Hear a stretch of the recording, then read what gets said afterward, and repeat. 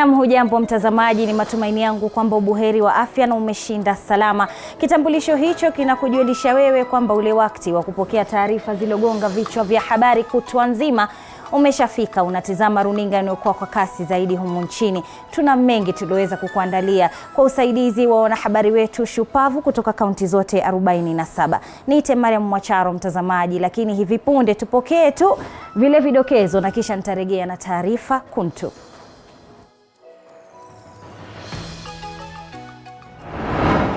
Askari wamkamata mtu mmoja anayeshukiwa kuhusika na shambulizi la kigaidi leo katika kaunti ya Mandera. We responded very fast with our ambulances and we mobilized the team, the medical doctors, the nurses and everybody. Wengineko, bodi ya bima ya afya ya kitaifa yakutana na wawakilishi wa hospitali za kibinafsi na kutatua mzozo kati yake na hospitali hizo. Reach an agreement, there shall be no halting of services at the private sector. Na mkono mrefu wa sheria wawafikia waliokuwa mameneja wa hazina ya NSSF. Fines against 4, 5, and 6 accused shall be as follows. Amount of quantifiable loss multiplied by 2 divided by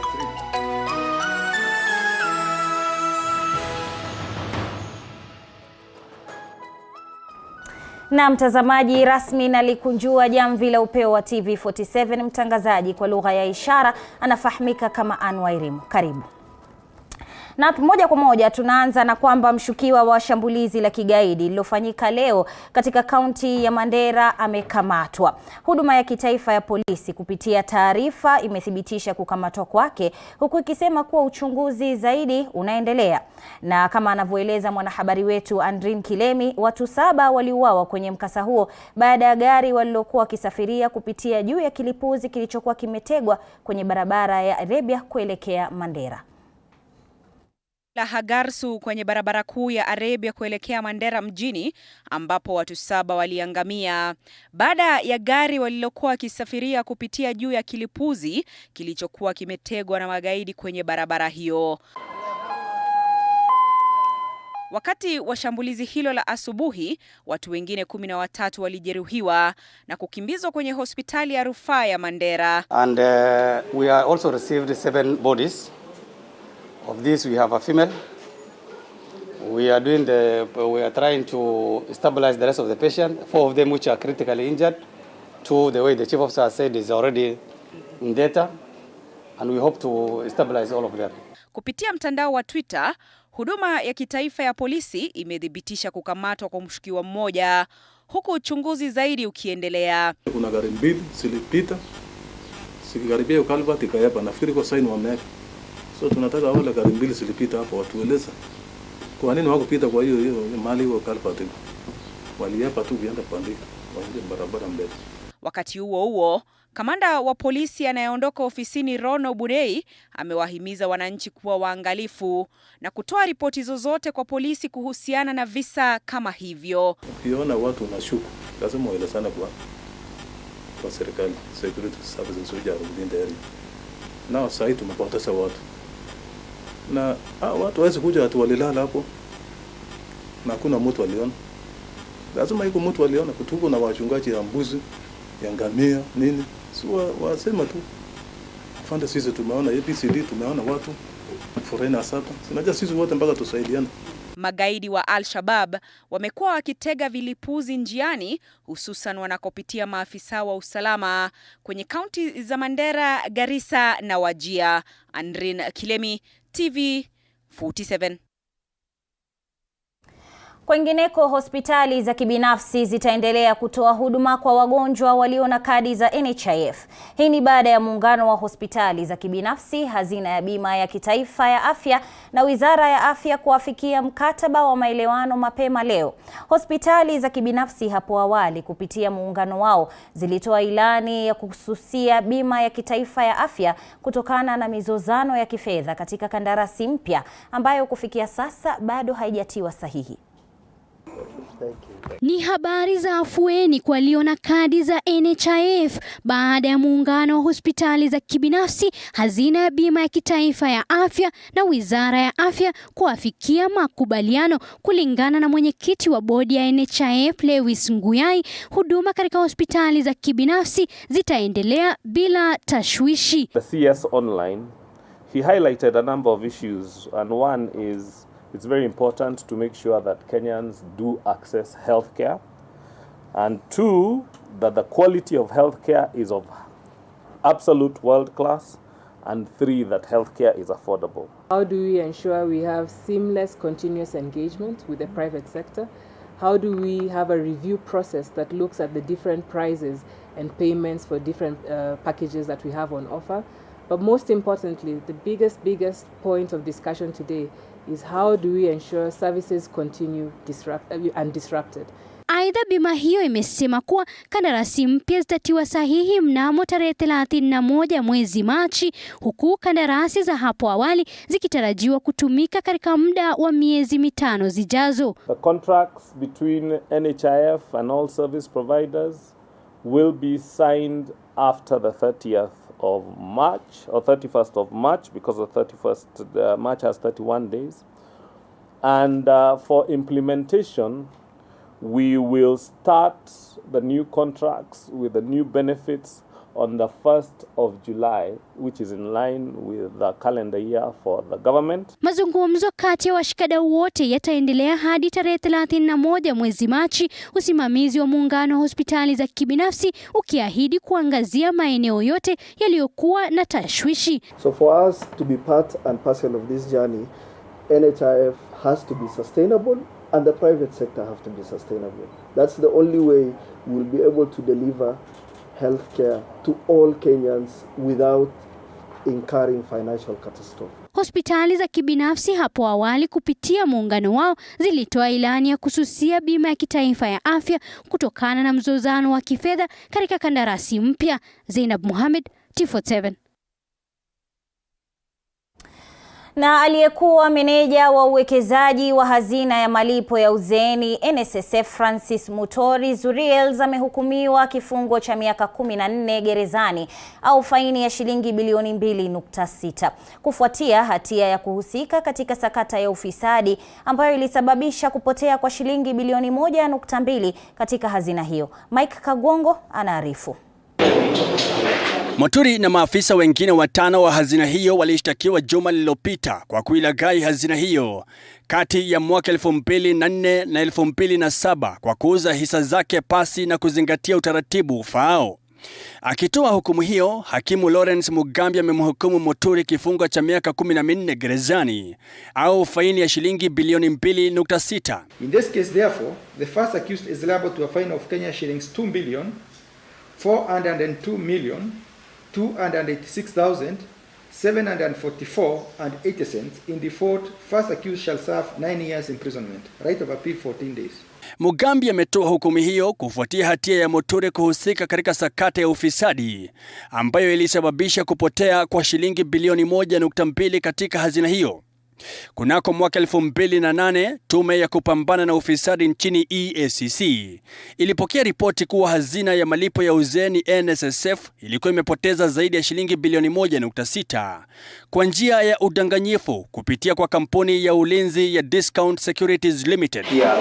Baada ya uchunguzi kufanywa, tume hiyo iliwasilisha ripoti iliyoonyesha kuwa wahusika wakuu walikuwa na kesi ya kujibu. Mwaka 2010 washtakiwa walikamatwa na kufikishwa katika mahakama ya ufisadi ya Milimani ambapo walikana mashtaka dhidi yao. Kwenye uamuzi wa mahakama hii leo, Mutori ameshtakiwa pamoja na wenzake 3 wakiwemo Gethaiga David, Wilfred Weru na Isaac Nyakundi pamoja na kampuni ya ulinzi ya DSL. Kwa mujibu wa stakabadhi za EACC, watatu hao walishirikiana katika njama ya udanganyifu, wakisemekana kudai kununua kiwango cha hisa cha umiliki wa kampuni tofauti pamoja na benki kadhaa. They individually authored and signed false letters confirming the shares had been bought, whereas they knew that was false. Their facilitation was in no way minor but very major. Wanasemekana kufanya hivyo kwa niaba ya NSSF ilhali hakukuwepo na hisa zilizonunuliwa. Hata hivyo, mahakama hiyo kadhalika imeamuru wahusika wengine 3 walioshirikiana naye kulipa faini ya shilingi bilioni 2.7 zaidi. Mahakama hiyo vilevile imeamuru kampuni ya ulinzi ya Discount Security Limited kulipa hazina ya NSSF faini ya jumla ya shilingi bilioni 4.8. Kando na kifungo hicho, Mahakama hiyo imeamuru wanne hao kutojihusisha na shughuli yoyote ya kisiasa wala kuteuliwa kwenye wadhifa wowote wa umma katika kipindi cha miaka 10. Hata hivyo, wanne hao wamepewa jumla ya siku 14 kukata rufaa. Mike Kagwongo, TV 47, Nairobi. Katika taarifa nyinginezo ni kwamba chama cha UDA kimekana madai kwamba makubaliano ya uendeshaji shughuli za muungano wa UDA, ANC na Ford Kenya umekamilika. Mwenyekiti wa UDA Johnson Muthama amesema kuwa mazungumzo yanaendelea na kwa sasa wanafanya kazi kama marafiki wa kisiasa walio na lengo moja ambalo ni kuwaongoza Wakenya wote kukidhi mahitaji ya kila siku. Baada ya ripoti kusambaa kwamba vyama vya UDA, ANC na Ford Kenya vimepanga kugawanya madaraka katika uchaguzi mkuu wa Agosti 9, mwenyekiti wa chama cha UDA Johnson Muthama amepinga madai hayo, akisema ANC na Ford Kenya ni marafiki wa kisiasa wa chama cha UDA. There is no agreement whatsoever that has been signed between the three political parties. There is no coalition agreement that has been arrived between the three political parties. Juzi ilikuwa propaganda ya press, niliona kwa Standard, ambaye haikuwa ni ukweli because hawajawahi kukaa viongozi wetu discuss kuhusu mambo ya zoning. UDA ikisema kwamba muungano wa vyama hivyo ni wa kuweka Wakenya kwanza kwa kuwainua kiuchumi na kuhakikisha amani inadumishwa kila wakati. The true position is that UDA's stand is to unite this country, is to make sure that there is peace. We want on the 9th of August 2022 we have a united government that will not pull in different directions. Isitoshe, Muthama ameeleza kuwa mazungumzo baina ya vyama husika yanaendelea na yakikamilika wafuasi wao wataarifiwa rasmi. We will continue doing things together, but when the time of agreeing on the coalition terms comes, then that issue will be dealt with at that particular time. Wabunge kutoka magharibi mwa Kenya walio kwenye mrengo wa UDA, ANC na Ford Kenya wameahidi wafuasi wao kuwa mchujo wa vyama hivyo utakuwa huru na wa haki na utazingatia demokrasia. We stand by making sure that democracy takes place, either through nominations or through issuance of nomination certificates. Hii maneno mengine ya kuhusu hii mambo ya nomination vile vile pia kuna kamati ambayo saa hii inahusika, so that tuweke mawazo ya Wakenya wote pamoja, ndiye ikifika wakati ya kufanya nomination vyama vitakuwa vimetoa mwongozo. Nomination will be free and fair to each one of any aspirant that would have come to vie. Joash Onsare, TV 47, Nairobi. Tukiendelea, mwenyekiti wa tume ya uchaguzi na mipaka IEBC Wafula Chebukati ametoa wito kwa Wakenya wote kujitokeza kwa wingi katika wiki moja iliyosalia kujisajili kama wapiga kura. Akizungumza katika ziara ya ukaguzi wa zoezi hilo kaunti ya Garissa, Chebukati amenukuu kwamba kufikia sasa Wakenya 500,000 tayari wamesajiliwa, idadi iliyozidi ile ya wiki jana. Hata hivyo, alieleza hofu yake ya tume hiyo kutofikia malengo ya idadi ya Wakenya watakaosajiliwa awamu hii ya pili.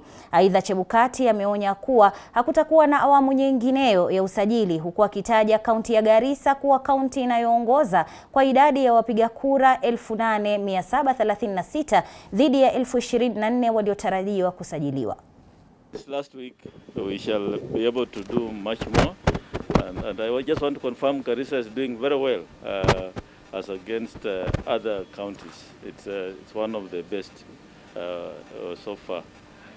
Nationally, as of this week alone, we have registered over 500,000 Kenyans, which is a better we have done better than last week.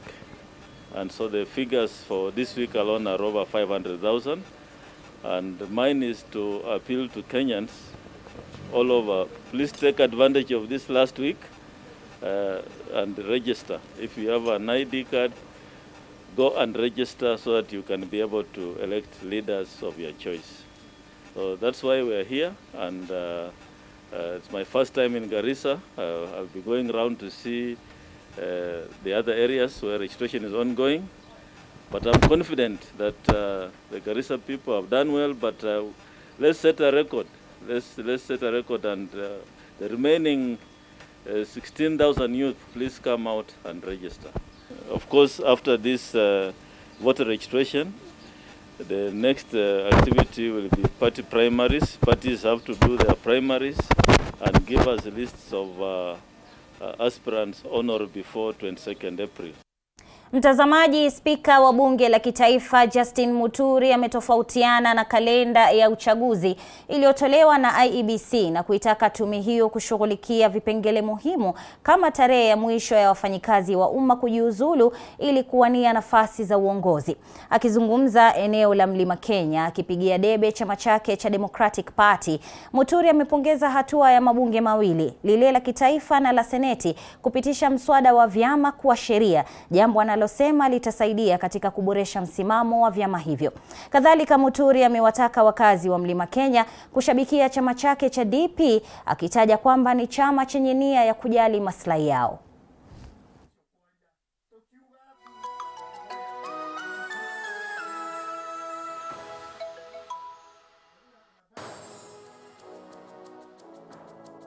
The IEBC issued a gazette notice on 20th of this month directing about the procedure, first of all declaring that 9th of August shall be the date for general elections, and indicating that there shall be presidential, parliamentary and civic elections on that date. In that circular, or that gazette notice, they did give certain timelines, one of which was that all political parties intending to field candidates shall submit party membership lists to the commission, and this is where the difference is, to the commission by 9th of April.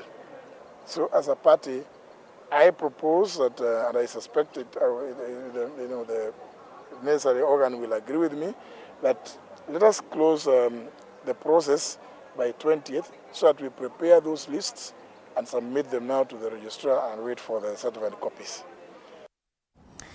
Wakazi wa eneo la Molo, eneo la Kuresoi kaskazini, wameelezea wasiwasi wao kutokana na mgodi wazi wa futi 25 kando ya barabara katika eneo la TM kwenye barabara ya Molo kuelekea Elungorioni, kuhofia inaweza kusababisha ajali mbaya ikiwa gari litaepuka kwenye mtaro huo. Chichi Josephine anaarifu. Usiku wa kuamkia leo, mhudumu mmoja wa bodaboda alianguka kwenye mtaro wa fiti 25 na kupata majeraha mabaya, hali iliyowalazimu wakaazi kueleza wasiwasi wao kwa idara ya mazingira ya NEMA na idara ya usalama katika eneo la Kuresoi kaskazini, kaunti ya Nakuru, ili wachukue hatua zinazofaa kuzuia ajali zaidi sawia. Gari ikikosa control inaweza anguka hapo ama nduthi. Na juzi kwa mtu wa nduthi alianguka hapo akaingia kwa hiyo maji iko huko ndani ya shimo. Kwa hivyo tunaomba serikali tusaidie, mnawezaje kutusaidia ili tukae kwa hali nzuri na pia tusikuwe na wasiwasi. Hata watoto wetu wakienda Mona shule wanapitia hapo na tuko na wasiwasi. Iko kwa kona mbaya sana kwa sharp bend. So ningetaka kusema mtu wa Nissan anaweza kuwa amekimbia sana na hakuna road signs zenye ziko kwa hii barabara, na akishakimbia sana akuje akiwa amelose control na ingie kwa hiyo shimo na ikuje kuleta janga ambaye ni mbaya sana yenye yezi ongerewa. Inasemekana machimbo hayo ambayo yapo katikati ya barabara ya Molo kuelekea Orenguruan yamekuwa yakihatarisha maisha ya watu kwa miaka mingi, ikiwa ni takriban miaka 10 baada ya gari moja kupoteza mwelekeo na kutumbukia kwenye mtaro kando ya barabara hiyo, ambapo zaidi ya watu 20 walipoteza maisha yao. Na nimestaajabu sana kuona ya kwamba hapa kuna shimo ambayo ni kama ni futi karibu 40 na ni mahali futi 3 kutoka kwa barabara. Na tunastaajabu kwa sababu kuna watu ambao walianguka na Nissan hapa, wakaumia watu 23 na wote wakafa. Kwa hivyo ni jambo la kustaajabisha kuona ya kwamba Kwale bado watu wanachimba mashimo, lakini wanapochimba mashimo hawasibi hizo mashimo. Wachimbaji madini wamepewa makataa ya wiki moja kusitisha uchimbaji madini katika eneo hilo. Chichi Josephine, Runinga TV 47, Nakuru. Na asante sana Chichi Josephine kwa taarifa hiyo. Kwingineko ni kwamba changamoto imetolewa kwa serikali kuwekeza zaidi katika sekta ya kilimo nchini kama njia mojawapo ya kuepuka uagizaji wa vyakula vya msaada katika maeneo kame ambayo mara nyingi huathirika huku binadamu na mifugo wakikosa chakula. Isaac Famba ana taarifa zaidi kuhusiana na swala hili. Pindi tu kunapozuka baa la njaa kwenye maeneo kame nchini, binadamu wengi pamoja na mifugo huathirika, huku baadhi yao wakifa njaa kwa kukosa maji na chakula.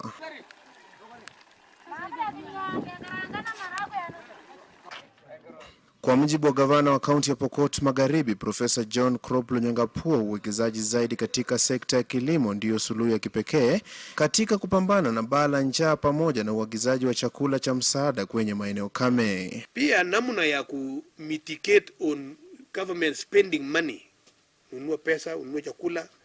Kuna panya wengi wanaanza kukula, wanakula kwanza pesa yenyewe kabla haijaenda kununua, kabla haijaenda. Peana hiyo vitu kwa hiyo mbegu direct. And then from there it's inasalisha. And then it grows. So we are not ashamed as a government, not because I don't need food. Aidha, kiongozi huyu amekariri mikakati walioweka ili kuhakikisha kuwa kuna chakula cha kutosha kwa wakazi katika maeneo haya, ikiwemo kushirikiana na mashirika mengine katika kupata suluhu ya kudumu kwa tatizo hilo. Tangu niingie West Pokot kama governor, going to 5 years now. Mwaka ya kwanza tu hii ya 2017 tulipata relief.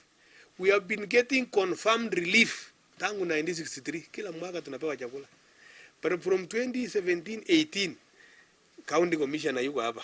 Nende muulize, hakuna chakula ile ya tunaletea watu wengine zaidi. Watu wetu wameenda sasa kulima hii chakula tunawapatia na wananunua pia hii mbegu vizuri ile on top of what we give them. Upande wake, mkurugenzi wa kampuni ya uzalishaji mbegu nchini Fredo Loibe ameelezea mikakati walioweka ili kuhakikisha uzalishaji wa chakula cha kutosha kwa mahitaji ya mifugo na binadamu kwa manufaa ya kupambana na janga la njaa. Karibuni tutasindua mbegu zingine nyingi zenye zinaweza stahimili hiyo hali ya anga, pia ipe wakulima yield ya hali ya juu. So hizo tunafanya, na ningependa kuhimiza wakulima wote Kenya na hii sehemu region kwamba